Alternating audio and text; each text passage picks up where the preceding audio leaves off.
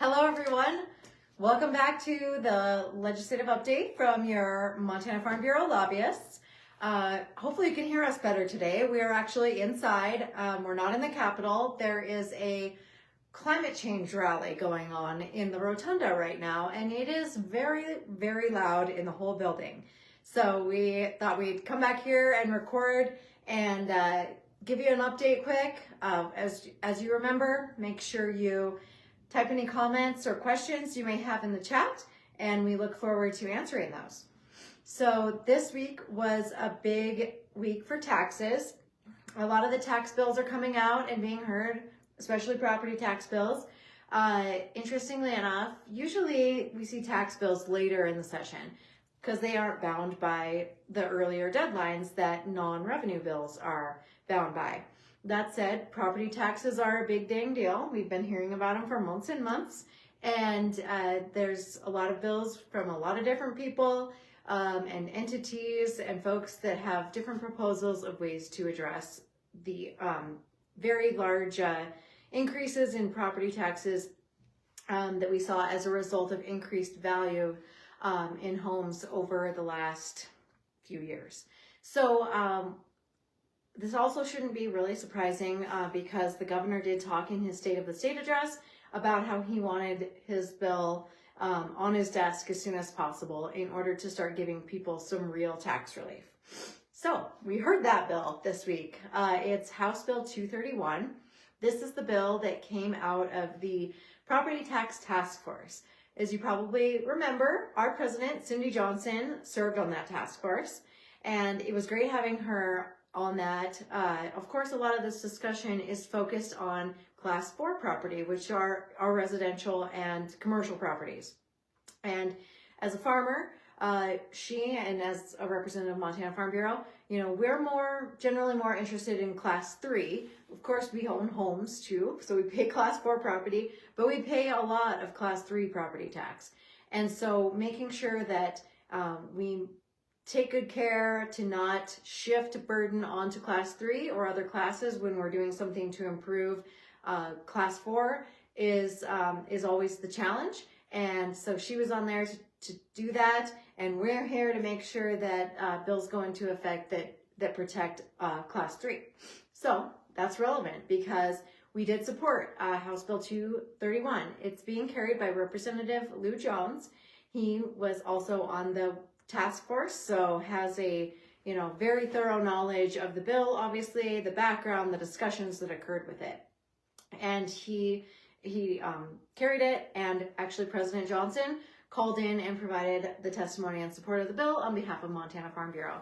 So what it does is it creates two different tax rates for residential property and two different tax rates for commercial property. The intent is to have your primary residence get a tax rate cut. So we go from 1.35% tax rate to 1.1% tax rate. For secondary homes, I'll just simplify it by saying for secondary homes, vacation homes, that kind of thing, where you don't live 7 months out of the year, there is a different rate. That also will apply to short-term rentals.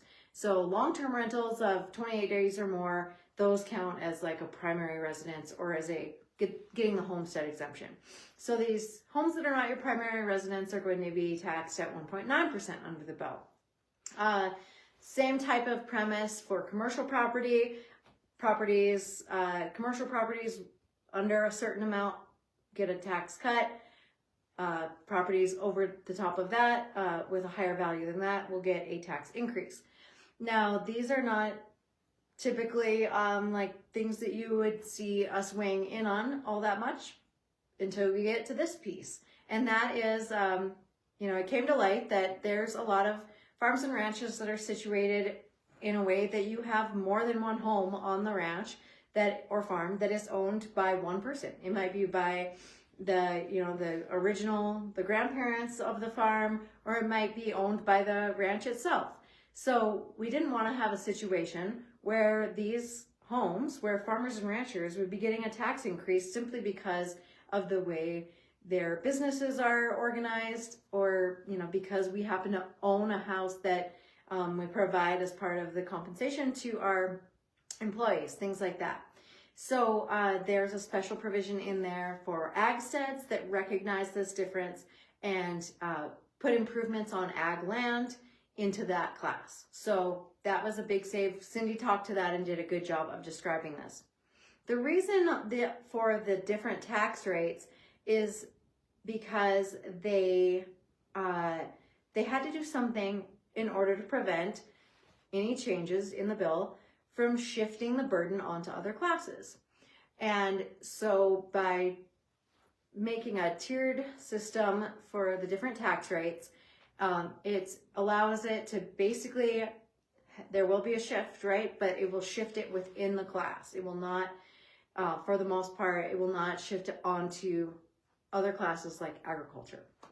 So that was the whole mission of, how to go about this, or at least from our perspective it was.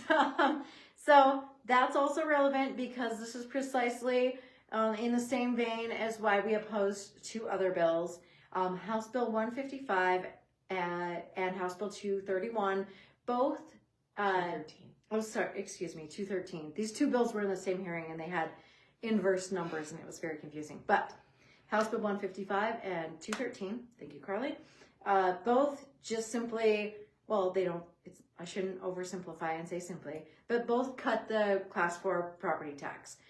They go about it in different methods. 155 has kind of a progressive system of some values of homes will have actually a tax cut.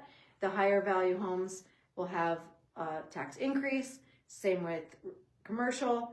The other bill just made a across the board cut.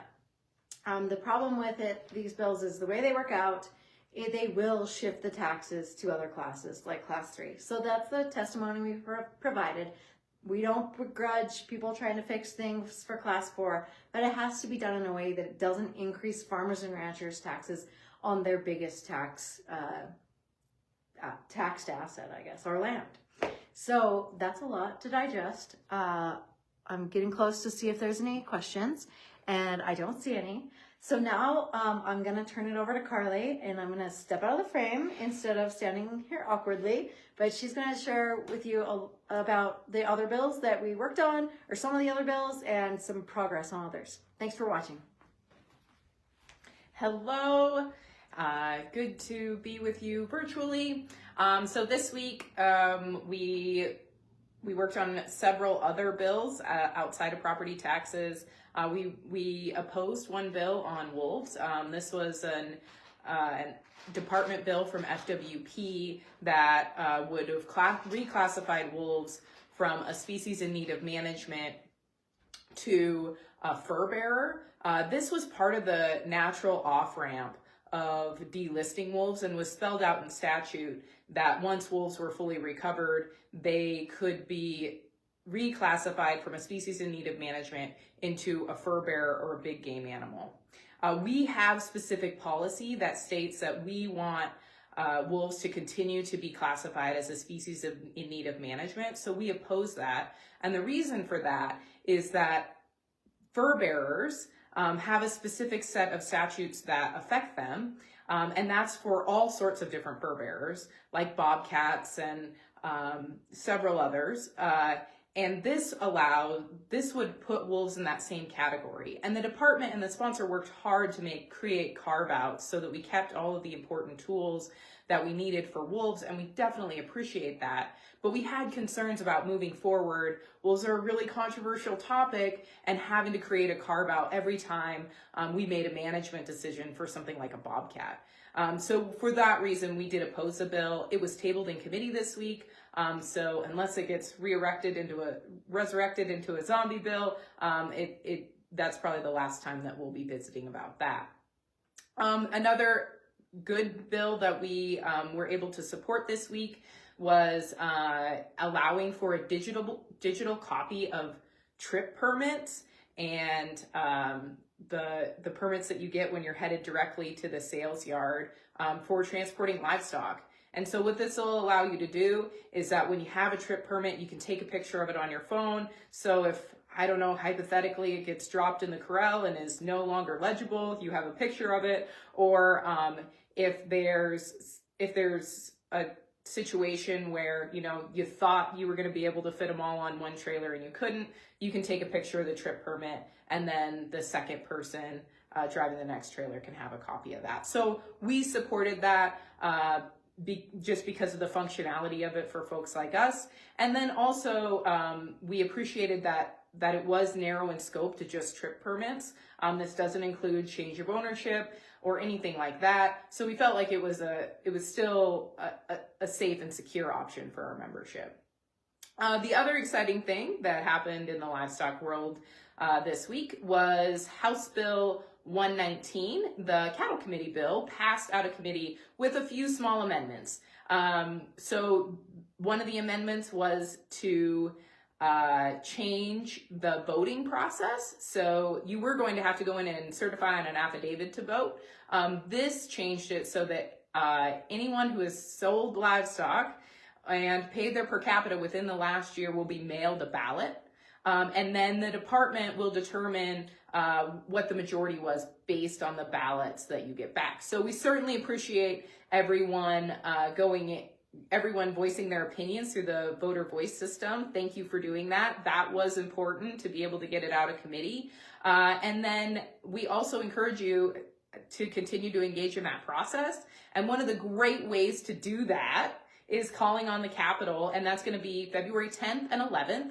The room block does close Monday, so make sure that you are getting your room booked and getting registered.